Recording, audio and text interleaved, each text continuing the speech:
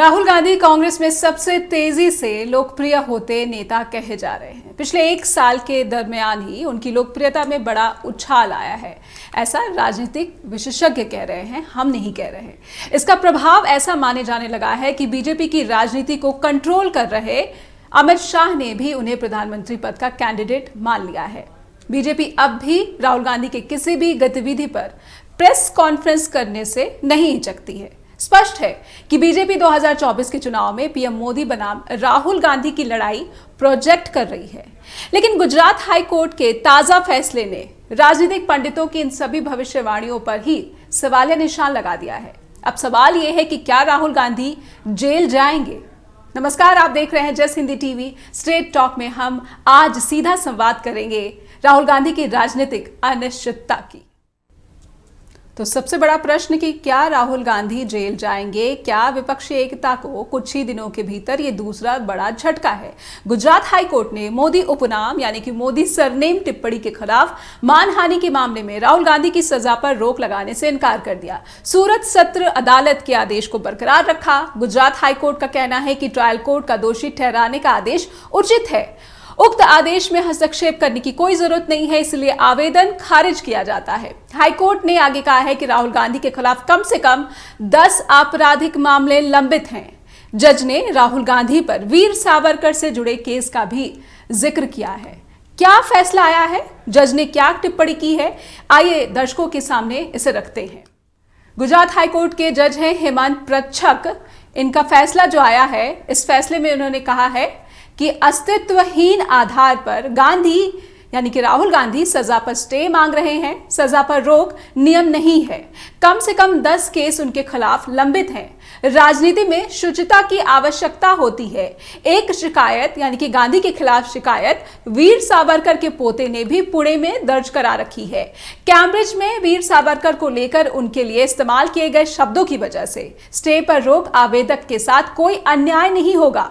दोष सिद्धि पर रोक के लिए कोई उचित आधार नहीं है। दोष सिद्धि उचित और वैध है। तो ये फैसला गुजरात हाई कोर्ट का आया, जिसे हमने अपने दर्शकों के सामने रखा। लेकिन इस फैसले के बाद भी कई सवाल भारत में उठ रहे हैं। ये सवाल क्या है, जस हिंदी के दर्शकों के सामने रखना चाहेंगे कि क्या राहुल गांधी के राजनीतिक भविष्य पर गहरे बादल छा गए हैं? 2024 के चुनाव तक राहुल की अयोग्यता का मामला क्या खिंच सकता है, जिसकी सबसे प्रबल संभावना कही जा रही है? राहुल के जेल जाने पर विपक्षी दलों की एकता का क्या होगा? जज द्वारा राहुल के खिलाफ मानहानि के दूसरे मामलों का जिक्र करने के मायने क्या निकाले जा रहे हैं? 2024 के लिए बीजेपी मोदी बनाम राहुल की लड़ाई प्रोजेक्ट करने की पटकथा लिख रही है। यह भी एक बहुत बड़ा सवाल है। तो इन तमाम सवालों पर आज स्ट्रेट टॉक में चर्चा करेंगे। हमारे साथ जुड़ चुके हैं विशेष पैनलिस्ट। आइए उनका स्वागत करते हैं स्ट्रेट टॉक में। बहुत बहुत स्वागत करूंगी मैं मलिक जावेद अंसारी जी आपका। कांग्रेस प्रवक्ता हैं और सुप्रीम कोर्ट के अधिवक्ता भी। जावेद साहब, बहुत बहुत स्वागत है आपका स्ट्रेट टॉक में। हमारे साथ दिलीप गोयल सर भी जुड़ चुके हैं, जो कि वरिष्ठ पत्रकार गुजरात से और मोदी अमित शाह की जो राजनीति है उसको करीबी से ये लंबे समय से फॉलो करते आ रहे हैं, अध्ययन करते आ रहे हैं। इसलिए आपका भी बहुत बहुत स्वागत है दिलीप सर। गुजरात का ही ये मामला, इसलिए सबसे पहले तो मैं आपसे ही समझना चाहूंगी दिलीप सर कि क्या इसकी संभावना पहले से ही लग रही थी कि राहुल गांधी को राहत नहीं मिलेगी और ये मामला 2024 तक खिंच सकता है? कुछ ऐसा ही अभी फिलहाल ये कहा जा रहा है कि यह माना जा सकता है कि 2024 तक ये मामला खिंच सकता है। दिलीप सर जी, कोर्ट क्या करेगी वो तो हम नहीं कह सकते। कोर्ट अपने हिसाब से काम करती है, लेकिन हमने देखा था सूरत कोर्ट में जिस तरह से मैक्सिमम पनिशमेंट दी गई, तो हम जितने भी एडवोकेट्स हमने आज तक सुने उन सबका ये कहना था कि इस तरह के केसेस में मैक्सिमम पनिशमेंट नहीं दी जा रही। तो उस तरह के लॉजिक पर हम बात कर सकते हैं। और उसको स्टे करने की बात है, तो कन्विक्शन है, उसको स्टे करना था।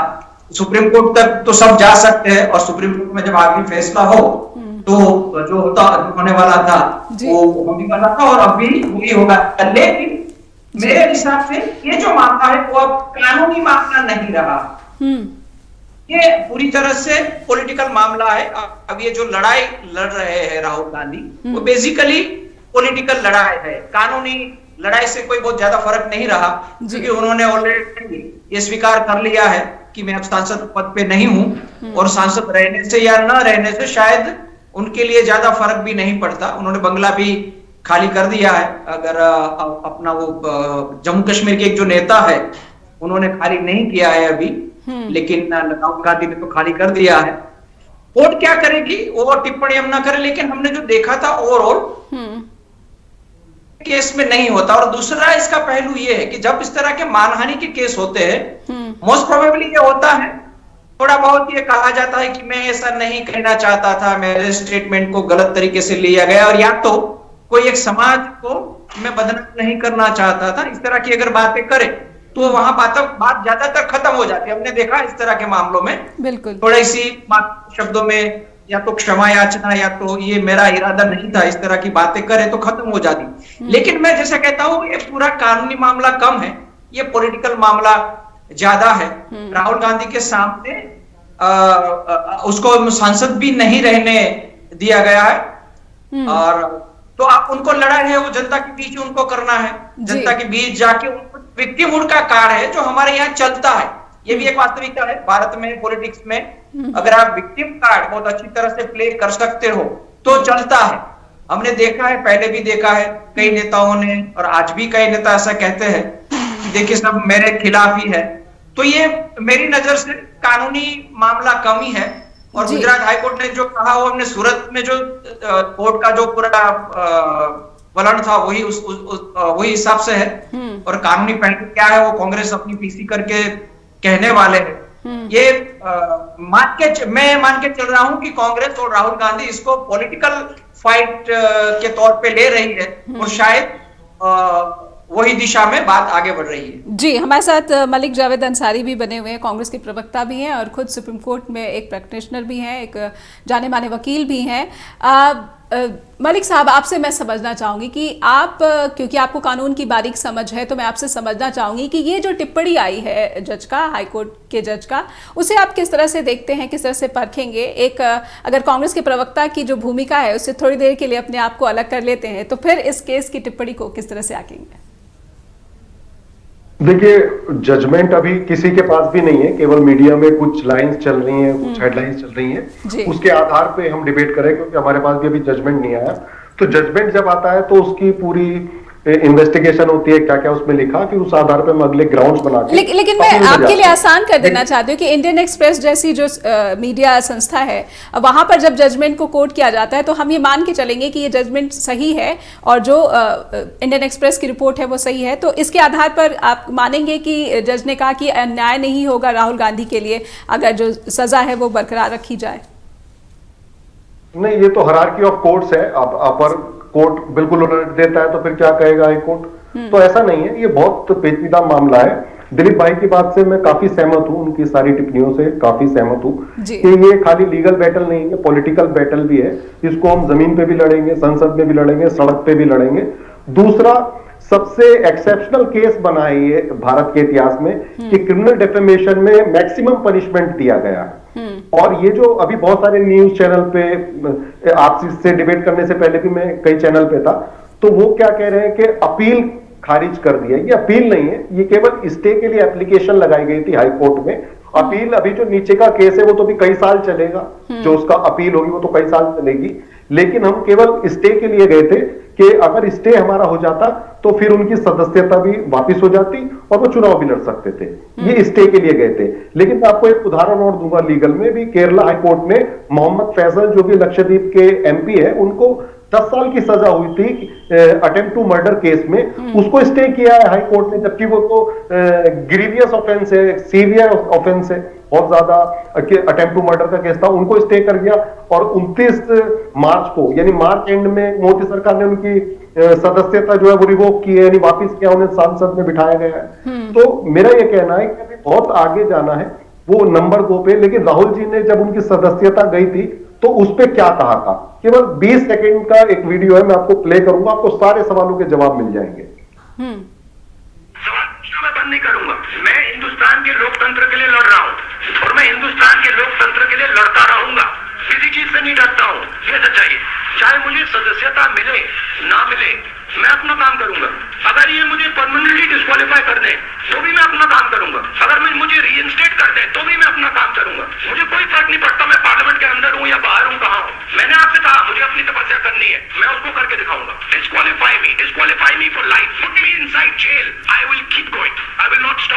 मलिक साहब, ये वीडियो लगभग सभी जो कांग्रेस को मिल गए होंगे, लगभग सभी कांग्रेस के जितने भी मेरे कांटेक्ट में वो सज्जन हैं, वो सबके ही मैंने देखा है कि वो ये शेयर कर रहे हैं। तो ये मुझे लगता है कि जैसे ये सेंटेंस सामने आया है, फैसला सामने आया है और राहुल गांधी के सपोर्ट में सब जो है एक्टिव दिख रहे हैं। एक छोटा सा ब्रेक लेंगे लेकिन मलिक साहब यहाँ पर, और दिलीप सर यहाँ ब्रेक के लिए रुकते हैं, और कई प्रश्न जो है हमने स्ट्रेट टॉक में उठाए हैं उन सभी के जवाब ढूंढने की कोशिश करेंगे अपने विशेषज्ञों की मदद से। और हम समझने की कोशिश कर रहे हैं कि गुजरात हाई कोर्ट का जो फैसला आया है कि राहुल गांधी की 2 साल की जो सज़ा है मानहानि के मामले में वो बरकरार रहेगी, उस पर कोई रोक नहीं लगाई जाएगी। 2 याचिकाएं दायर की थी राहुल गांधी ने हाई कोर्ट में, एक तो सस्पेंशन ऑफ कन्विक्शन की थी और दूसरी थी सस्पेंशन ऑफ सेंटेंस की भी, कि आखिर मैक्सिमम पनिशमेंट जो है वो कहीं ये इरादा तो नहीं था कि जो सांसद सदस्यता है उसे ही खत्म कर दिया जाए 2 साल के बहाने। दिलीप सर, मैं आपसे समझना चाहूँगी कि अब यहाँ से जो राजनीति है विपक्ष की वो किस तरह से आगे बढ़ेगी, क्योंकि लगभग सभी विपक्षी दलों में जहाँ कुछ समय पहले ही राहुल गांधी के नेतृत्व पर या फिर उनकी राजनीतिक काबिलियत पर सवाल उठ रहे थे, सबने अब उन्हें एक गंभीर और परिपक्व नेता मान लिया था और उनकी बातों को भी काफ़ी तवज्जो मिलने लगी थी। विपक्षी दल की एकता की बैठक होने वाली है बेंगलुरु में 17 और 18 तारीख को, और उसके एक दिन के बाद ही मॉनसून सत्र भी शुरू होने वाला है। 18 जुलाई को एनडीए ने भी बैठक बुलाई है। किस तरह से अब यहाँ से आगे बढ़ेगी जो है विपक्ष, क्या आंकते हैं आप? मुझे लगता है इनसे तो जो प्रयास हो रहे हैं ऑपोजिशन यूनिटी के लिए उसको बढ़ावा ही मिलेगा, क्योंकि जो नरेशन बनाने की कोशिश कर रहे हैं कि अगर एनडीए आगे बढ़ी और एनडीए ने 3rd टर्म के लिए फिर से चुनाव जीत लिया तो ऑपोजिशन के लिए इस देश में काम करना मुश्किल होगा। हम ये कहते आए हैं, कौन जीते कौन सत्ता में आए वो वोटर्स डिसाइड करते, जिसको चुन के वो भेजे वो सत्ता में बैठे। लेकिन लोकतंत्र का मतलब ये है कि हमारे पास एक अच्छा ऑपोजिशन होना चाहिए, उसकी स्पेस होनी चाहिए, उसको काम करने के लिए अनुकूलता होनी चाहिए। ये नहीं कि आप ऑपोजिशन को बिल्कुल काम करने का मौका ही ना दो। एक स्पर्धा है, आप जीत के आओ, आप सत्ता में बैठो, लेकिन ऑपोजिशन रहेगा। लेकिन जिस तरह का माहौल बन रहा है देश में, उसमें एक जो चीजें उभर के आई है कि ऑपोजिशन के लिए काम करना मुश्किल है। अब पीएम एक दिन भोपाल में कहते हैं कि नाम लेके बोले, बिना नाम लेके बोले तो भी शायद उन्होंने कहा एनसीपी 70,000 करोड़ का घोटाला कर रही है, और वही पूरी पार्टी 70,000 घोटाला करने वाली पार्टी पूरी अगर शामिल हो जाए तो ये किस तरह का पॉलिटिक्स है? आप अगर आपके साथ नहीं है कोई तो वो भ्रष्टाचारी है, अगर आपके साथ हो जाए तो भ्रष्टाचारी नहीं है। ये मामला आप लोगों को समझ में आ रहा है।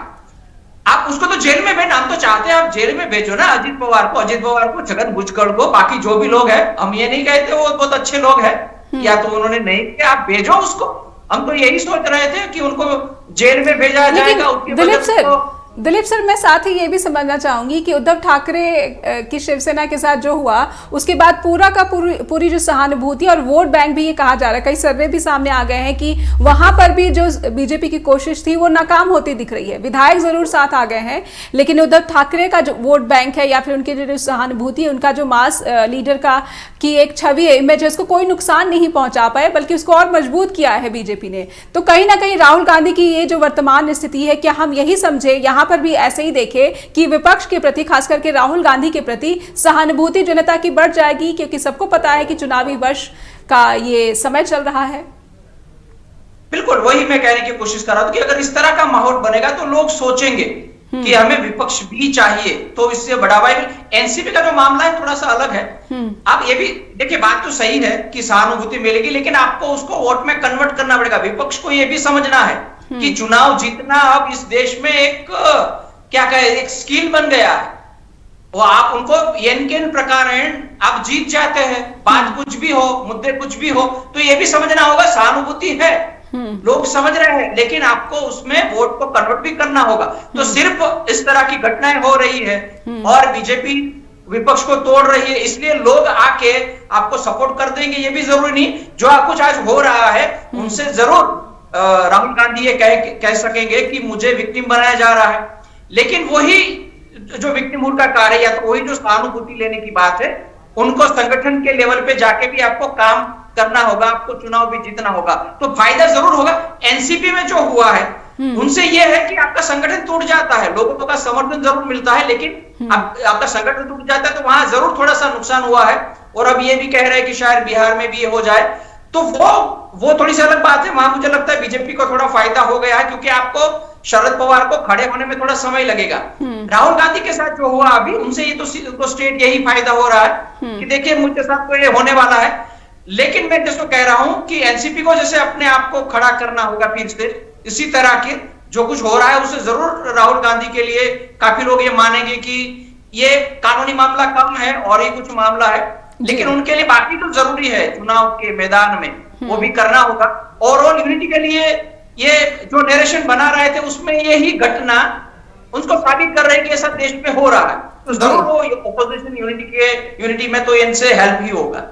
जी, तो आप मान रहे हैं कि जो अपोजिशन यूनिटी की कोशिशें हैं उसको एक बड़ा पुश मिल जाएगा इसके बाद। लेकिन कहीं ना कहीं राहुल गांधी को एज अ लीडर जो है, लोग जो विपक्षी दलों के नेता हैं वो ये परहेज करेंगे कि क्योंकि कानूनी पचड़े से कोई ऐसा नेता चुना जाए, नीतीश बाबू पर जो है ज़्यादा दाव खेलने की कोशिश ज़रूर विपक्षी दल करेंगे, क्योंकि शरद पवार का जो रोल है वो अब प्रश्न चिन्ह में वो भी आ गया है, उस दायरे में आ गया है। मलिक साहब, मैं आपसे ये समझना चाहूँगी कि सुप्रीम कोर्ट जाने के बाद न्याय की कितनी संभावना आपको नजर आती है, क्योंकि सुप्रीम कोर्ट के जो मामले हैं हमने कई बार देखा है कि गुजरात हाई कोर्ट के कई मामले ऐसे हैं, उनका कई ऐसा फैसला है जो सुप्रीम कोर्ट में जाकर बिल्कुल पलट जाता है। अभी तीस्ता सीतलवाड़ का ही एक मामला है, उनको फिर से सुप्रीम कोर्ट की तरफ से राहत मिल गई है, तो वहां पर संविधान को जो है स्टैब्लिश करने की हर मामले में जो है कोशिश की जाती है और न्याय जो है उस पर पूरा भरोसा जताया जाता है। हालांकि लोअर कोर्ट में इस तरह की जो बातें हैं कहना नहीं चाहिए, लेकिन सवाल अब उठने लगे हैं।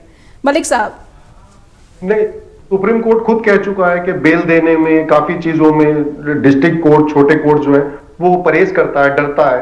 तो ये तो पहले कह चुका है। मैंने आपको 2 एग्जाम्पल दिए। केरला हाई कोर्ट का, यानी 10 साल की सजा अटेम्प्ट टू मर्डर में होती है, उसको स्टे मिल जाता है, पॉलिटिकल जो ये सेंटेंस पे स्टे मिल जाता है, और 2 साल की सजा वो भी केवल एक लाइन बोलने की वजह से, जिसको बीजेपी के नेताओं ने केस करा, पॉलिटिकल केस है, जनता ने केस नहीं करा।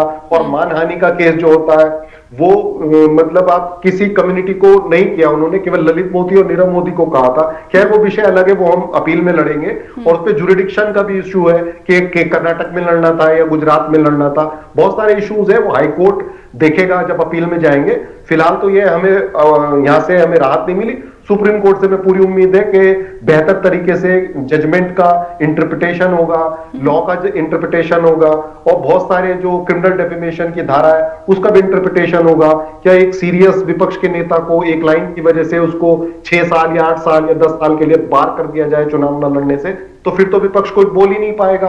आप सत्ता में हो, 100 केस कर दो, उसको दोषी ठहरा दो, फिर उसको सदस्यता खत्म कर दो। प्रधानमंत्री की मैं आपको 10 बयान दिखा सकता हूं जो कि महिला विरोधी हैं, और पूरे देश की क्या महिलाएं उन पे केस करें। उन्होंने सोनिया जी को जज सिकाओ कहा, 50 करोड़ की गर्लफ्रेंड कहा, तो यानी जितनी भी गर्लफ्रेंड है वो सब केस कर देना चाहिए मोदी पे। तो बहुत सारे भाषण पॉलिटिकल होते हैं, सटायर होता है, लेकिन उसको केस किसने किया? बीजेपी के नेता ने। वो कैसे रिप्रेजेंटेटिव बन गया पूरी कम्युनिटी का मोदी का, ये समझ में नहीं आ रहा। जो रेफरेंस था वो नीरव मोदी और ललित मोदी का था। तो ये बहुत सारे पहलू हैं, कुछ उसको देखना होगा, लेकिन इतना आसान नहीं है, क्योंकि ये टेस्ट जो है राहुल गांधी से ज्यादा टेस्ट संवैधानिक संस्थाओं का है कि उनको भी टेस्ट से गुजरना है कि लोकतंत्र में जो चौथा स्तंभ होते हैं, जुडिशरी होता है, एग्जीक्यूटिव होता है, मीडिया होता है, तो सबका टेस्ट चल रहा है। कौन कितने नंबर प्राप्त करेगा वो आने वाले वक्त में पता लगेगा। लेकिन मैं एक लाइन में आपको कहना चाहूंगा, राहुल गांधी धर्म के रक्षक है, वो सत्य के साथ है, सत्य की लड़ाई लड़े। वो देखना होगा कि आने वाले वक्त में क्या रिजल्ट निकलता है। हम जीतते हैं, हारते हैं, हमें पूरी उम्मीद है सत्य ही जीतेगा। जी, आपके ही जो बातों से एक और प्रश्न मन में आ रहा है, जो कि कई कुछ जानकार हैं वो कह रहे हैं कि क्या ये जिस तरह से राहुल गांधी बात करते रहते हैं कि देश में इस वक्त विचारधारा की लड़ाई हो रही है, जज के फैसले में वीर सावरकर का भी जिक्र आया, और इससे कहीं ना कहीं उन अटकलों, उन अनुमानों को भी एक और मजबूती मिल जाती है कि राहुल गांधी जो कहते हैं कि ये गांधी बनाम गोडसे की लड़ाई मौजूदा वक्त में देश के भीतर चल रही है। दिलीप गोहल सर हमारे साथ बने हुए हैं, मलिक जावेद अंसारी सर हमारे साथ बने हुए हैं। दिलीप सर, मैं आपसे ये समझना चाहूंगी कि जब वीर सावरकर का जिक्र आ जाता है कोर्ट की सुनवाई के दौरान, तो कहीं ना कहीं उन अनुमानों को भी मजबूती मिल जाती है। जैसा खुद राहुल गांधी भी कह रहे हैं कि देश में एक लड़ाई चल रही है जो कि विचारधारा की लड़ाई है, जो कि गांधी बनाम गोडसे की लड़ाई है।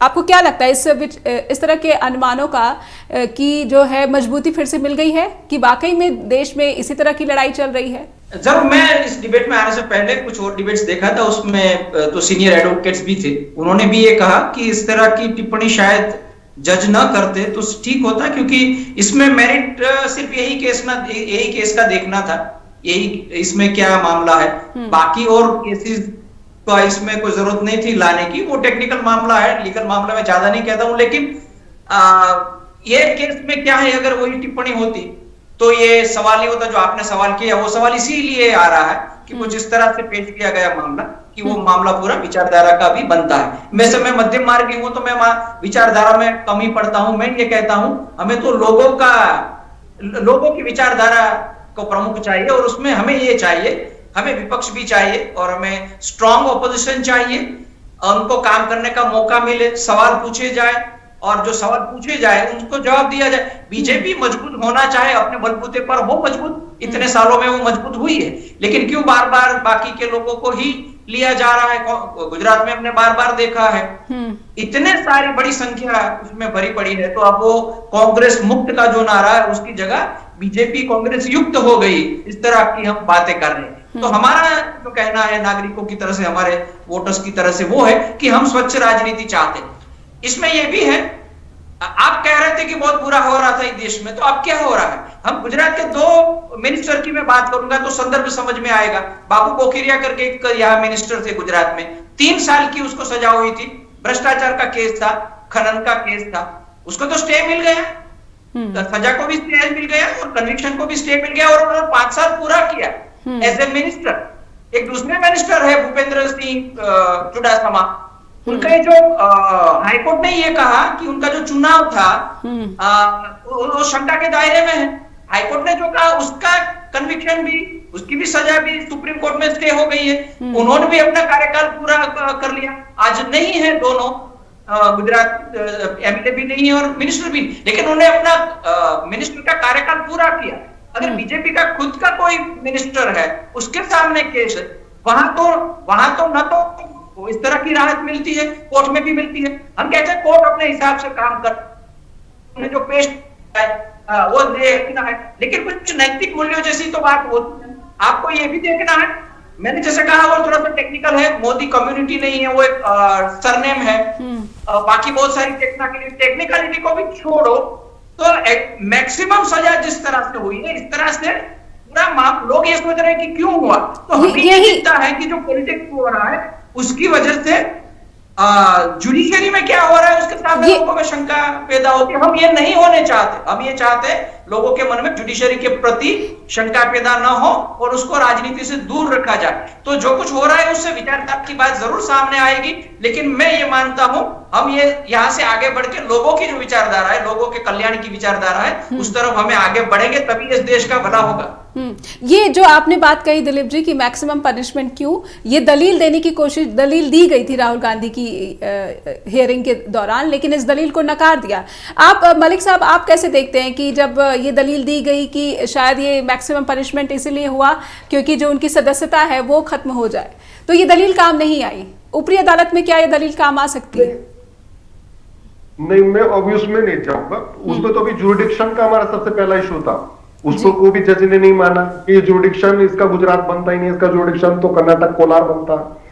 तो बहुत सारे इशू हैं वो अपील में आएंगे, इंटरप्रिटेशन होगी, बहुत सारे जो लोअर जजेस होते हैं उनको इंटरप्रिटेशन उतनी हिम्मत से नहीं कर पाते, उतनी उनको क्लैरिटी नहीं होती लॉ में, क्योंकि चीजें चेंज हो जाती हैं। दूसरा मैं ये कहना चाहूंगा, अभी दिलीप भाई ने बहुत सारी बातें बोली, काफी बातों से मैं इनकी सहमत हूं, क्योंकि वो जो बोला ना कि विपक्ष मजबूत होना चाहिए, लेकिन जिस तरीके से हो रहा है देश में वो ठीक नहीं है। अब जैसे आपने जज का भी बताया कि जस्टिस ने ये वाली लाइन कोट की, जो चीज पे फैसला नहीं आया है उसको कोट करना कोई तुक नहीं होता, वो सब पॉलिटिकल केसेस है।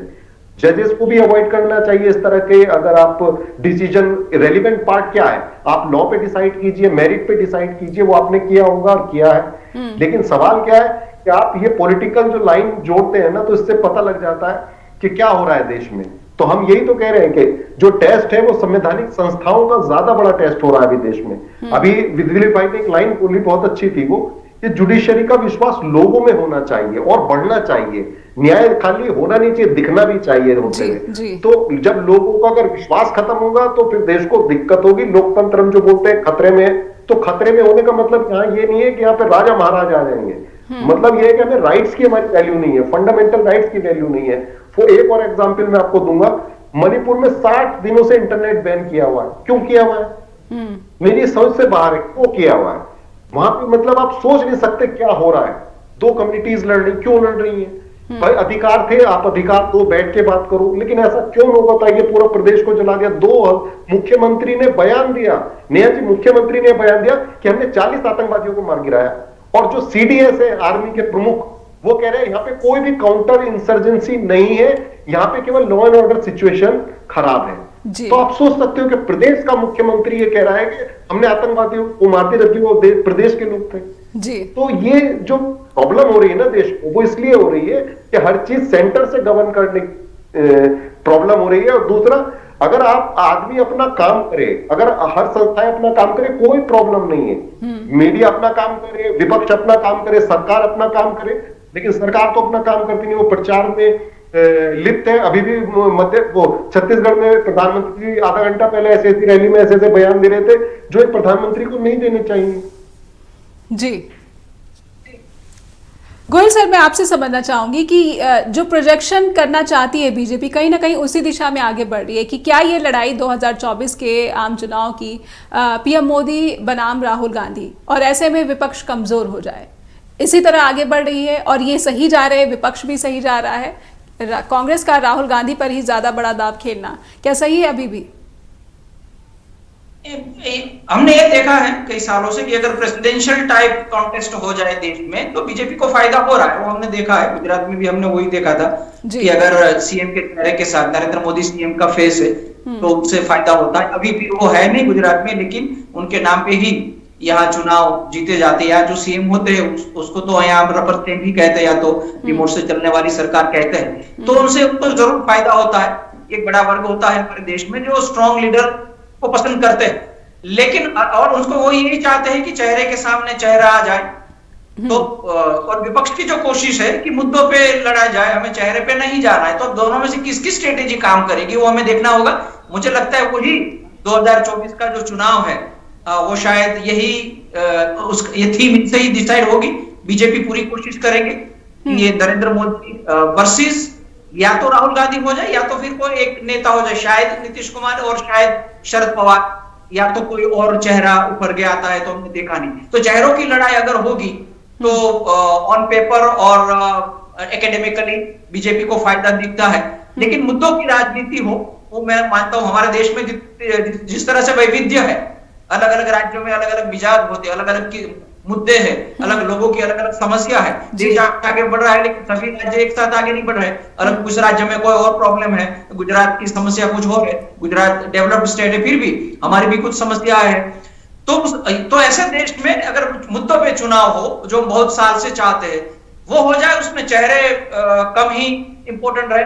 कौन नेता है वो लोग समझते हैं। ऐसा नहीं है कि एनसीपी में जो कुछ हो रहा है उसमें नेता कौन बनेगा, ये लोग समझते हैं। राहुल गांधी सांसद रहे या न रहे, वो ऑफिशियली कांग्रेस के प्रेसिडेंट हो या ना हो, तो कौन नेता है वो लोग समझते हैं। तो ये आपकी बात सही है, बीजेपी पूरी कोशिश कर रही है कि ये चेहरे की लड़ाई हो जाए।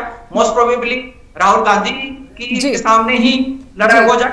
लेकिन विपक्ष जो कर रहा है कि मुद्दों पे चला जाए, देखते हैं आप वो कितने सफल होते हैं। विपक्ष की बात मुद्दे पे रखी जाए।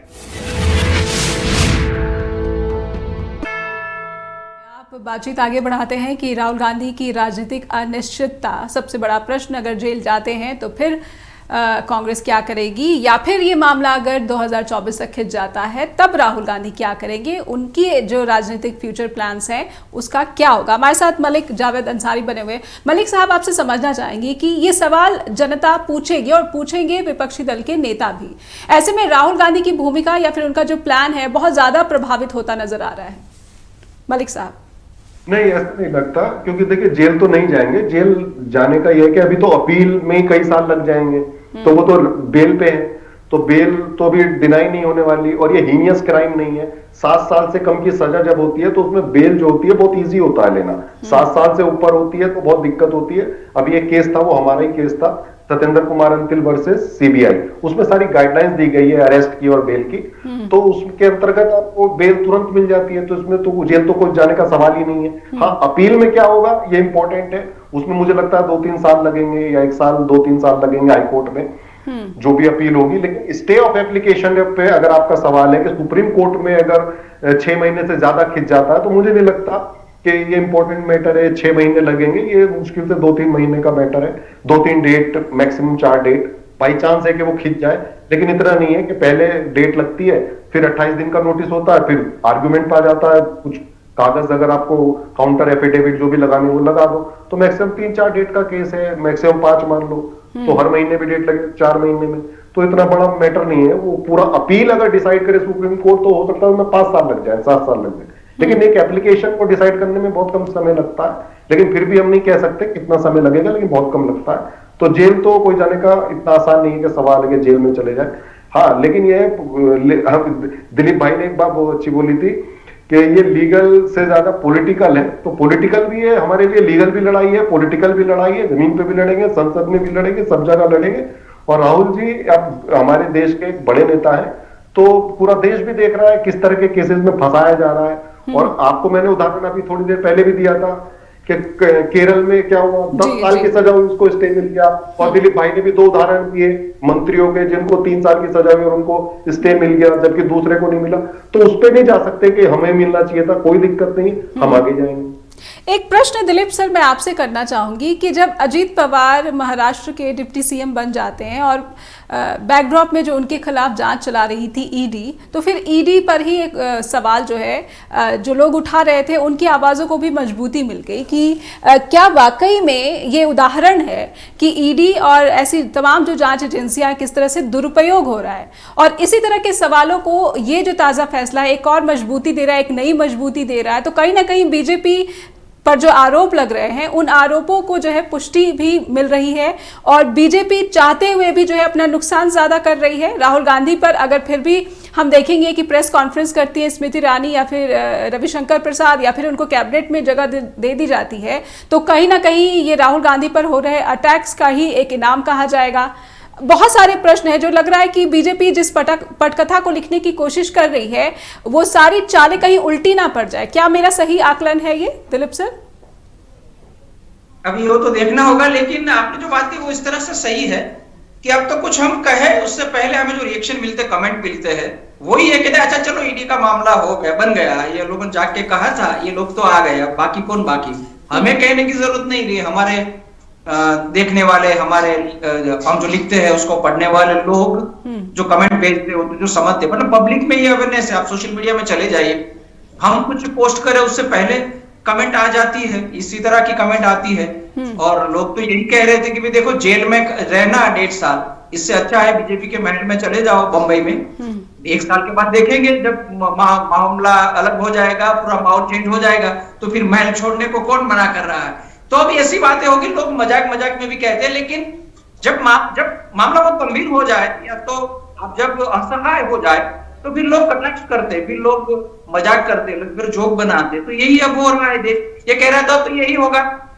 अब भारत में अगर आपको पॉलिटिकल करियर बनानी है तो सबसे अच्छा ऑप्शन है कि आप पहले कोई ऑपोजिशन में जाइए, प्रादेशिक पार्टी में जाइए, ज्यादातर कांग्रेस में भी है तो ठीक है, नहीं तो प्रादेशिक पार्टी में जाइए, एमएलए बन जाइए, थोड़ा सा अच्छा अपना करियर बना लीजिए। और थोड़ा सा अगर भ्रष्टाचार कर लिया तो फिर बात ही नहीं है, कोई आपको चिंता की बात नहीं है, आपको बुला दिया जाएगा और फिर आपकी करियर बन जाएगी, आप मिनिस्टर बन जाएंगे बीजेपी की सरकार में। तो लोग इस तरह की बातें कर, इसका मतलब लोग मान के चल रहे हैं कि पूरी तरह से इस्तेमाल हो। अब पहले होता था, लोग ये जस्टिफाई करने की कोशिश करते कि यही तो होता था पहले भी यही हो रहा था। पहले तो सरकारों को हटा, इंदिरा गांधी जब थी तो सरकारों को हटा दी जाती थी। कोई भी ओपोजिशन की सरकार कोई भी राज्य में है तो वहां से 356 लगा के उसको हटा दी जा रही। तो फिर आपने आके क्या किया, वही तो सवाल है। लोग वही कह रहे हैं कि आप जो भी भ्रष्टाचार से लड़ने की बात कर रहे हैं तो आपको भ्रष्टाचार से लड़ना है, आप उसको साथ नहीं लेना है। लोग सब कुछ समझ रहे हैं और हमारी जो संस्था, इसलिए हम चिंता व्यक्त करते हैं कि हमारी जो बंधारणीय संस्था है उसके सामने लोग सवाल करेंगे आप क्या कह रहे हैं। एक ही स्टेशन आया और कोई दूसरा स्टेशन आज तक हमें मिला ही नहीं। लोग ये पूरे, कोई ऐसा ऑफिसर नहीं है जो ये समझे कि काम करे। अभी गुजरात में जो इलेक्शन लास्ट में हुआ तो मैंने बहुत सारे डिबेट में ये कहा कि इस बार गुजरात में किसी को लगा ही नहीं कि इलेक्शन कमीशन जैसी कोई चीज होती। जैसे कोई यंगस्टर है जो अभी 15-16 साल का हुआ, नया हुआ, उन्होंने इलेक्शन देखा, उनको भी यही लगा कि ये जैसे सरकार बाकी का काम करती है इस तरह से चुनाव भी करवाती है। इसके लिए कोई चुनाव आयोग होता है, कोई आचार संहिता होता है, ऐसी तो कोई चीज देखी ही नहीं किसी ने। तो ये हालत तो नहीं होनी चाहिए। हम तो ये भी चाहते हैं कि जो भी संस्थाएं हैं उसमें जो काम करने वाले लोग हैं वो चाहे तो कर सकते हैं। आपको क्या छोड़ना है, राज्यसभा का एक पद ही तो छोड़ना है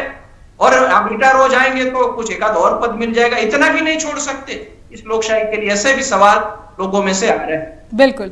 एक मामला सामने आ रहा है, मुझे याद में आ रहा है कि ईडी और तमाम ऐसी एजेंसियों की कार्रवाई को लेकर सभी विपक्षी दलों ने एकजुट होकर एक याचिका सुप्रीम कोर्ट में भी लगाई थी। मलिक साहब, आपसे मेरा ये सवाल है, जिस पर सुप्रीम कोर्ट का ये फैसला आया था कि ये समस्या जो है राजनीतिक है और इसे राजनीतिक स्तर पर ही सुलझाया जाना चाहिए।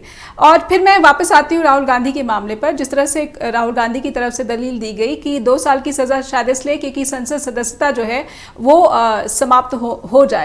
तो जब इस तरह की बातें होने लगती हैं, जब राजनीति का मिक्सचर हो जाता है किसी मामले में, तो सुप्रीम कोर्ट सिर्फ और सिर्फ जो है कानून के आधार पर चलता है। आप दोनों मामलों को किस तरह से देखेंगे मलिक साहब? देखिए, पहला सवाल क्या था आपका? सभी विपक्षी दलों ने एक याचिका सुप्रीम कोर्ट में लगाई थी कि ईडी का गलत इस्तेमाल हो रहा है, कोई गाइडलाइंस आप जारी करें ताकि ऐसा ना हो। जी। हाँ, वो एंटरटेन नहीं किया सुप्रीम कोर्ट ने, वो डिक्लाइन कर दिया। उन्होंने कहा ये हमारा अधिकार क्षेत्र नहीं है, अगर आप गलत होगा तो फिर उसके बाद आप आइए, आपके इंडिविजुअली देखेंगे, कलेक्टिव नहीं देखेंगे। जी। दूसरा, जैसे अभी महाराष्ट्र का जिक्र चल रहा था, मैं आपका सवाल का भी जवाब दूंगा। तो अभी टेस्ट वहां पे भी है, टेस्ट वहां पे है कि स्पीकर को डिस्क्वालिफिकेशन पे डिसीजन लेना है, जो सुप्रीम कोर्ट ने आदेश दिया था। जो एकनाथ शिंदे के वो है उस पे भी डिसीजन लेना है कि डिस्क्वालीफाई है या नहीं है। उसको लेने में भी टाइम ले रहा है स्पीकर।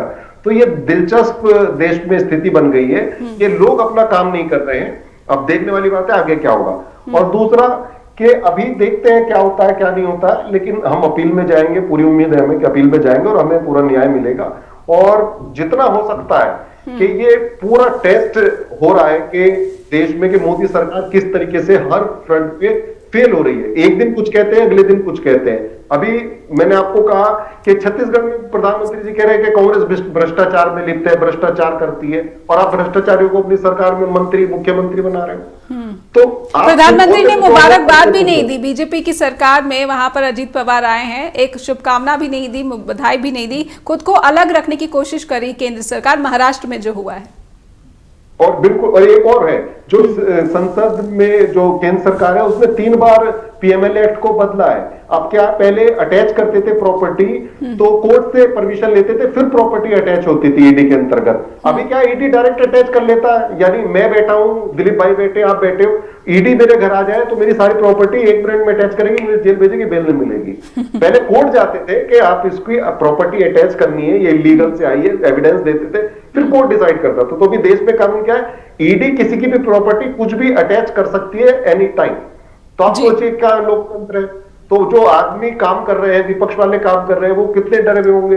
और अभी अखबारों में भी पढ़ रहा था अजीत पवार की 1000 करोड़ की प्रॉपर्टी अटैच कर दी है, छगन भुजबल की 20 करोड़ की प्रॉपर्टी अटैच कर दी है। तो जो आदमी अगर उसका कारोबार है, बिजनेस है, सब अटैच कर दिया, तो उसके पास उपाय क्या है? वो कहेगा मैं सरेंडर करता हूँ, यही पे समाप्त, कोई नहीं जाएगा जेल।